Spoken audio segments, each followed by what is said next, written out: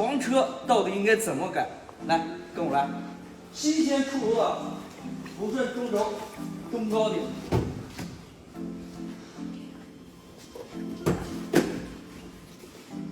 后边的床下边一定要安排一个对开门的大柜子，为什么呢？放一些大件的东西。这边呢安排2个抽屉，为什么呢？2层抽屉可以非常合理的把空间利用起来，可以放更多的东西。这里45升的大冰箱安排上，出行食物无忧啊。来这边后边的花洒必须得安排上啊，平时出去脚踩泥了。冲一冲，非常的方便。后纱门，夏天出行必备，非常的丝滑，是吧？怎么样？打开出门，映入眼帘的依然是纱门，这边是纱窗。夏天是非常有必要的，朋友们，大家都知道，夏天出行的时候，特别去花草多的地方，蚊虫是特别多的，给车上安排一个纱门和纱窗。是非常有必要的。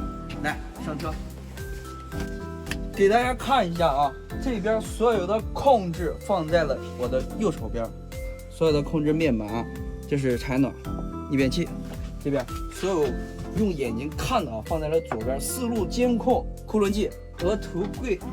虽然说是一个中顶的，但是里边的空间还是尽量给它挤出来，毕竟床车里边寸土寸金嘛，能利用的地方一定给它利用起来。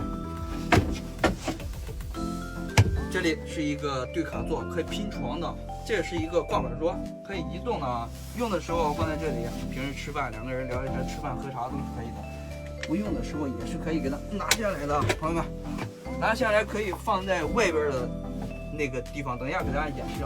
咱们现在看车里边，这里安排了一个吧台柜、洗手池，拉起来这里有热水也有冷水。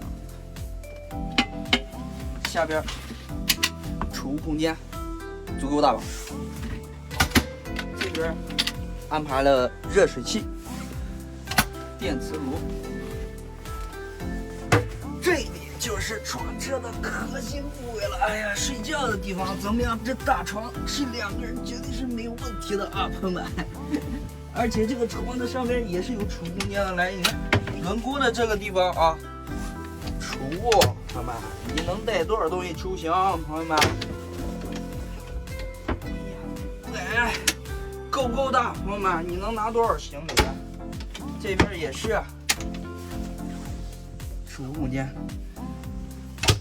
我头顶安排了一个空调，这个驻车空调很给劲的，知道吧？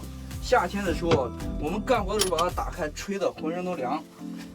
2边多余的地方就给它做了储物空间啊，虽然说不够大，放点小东西还是绰绰有余的。想要在外边欣赏美景，一边吃饭一边喝茶的时候啊，就把它放在这里。这个桌腿是可以升降的啊，把它降下来。OK， 小凳子往这一放一坐，是不是非常哇塞？好了，本期视频就和大家分享到这里，我们下期再会。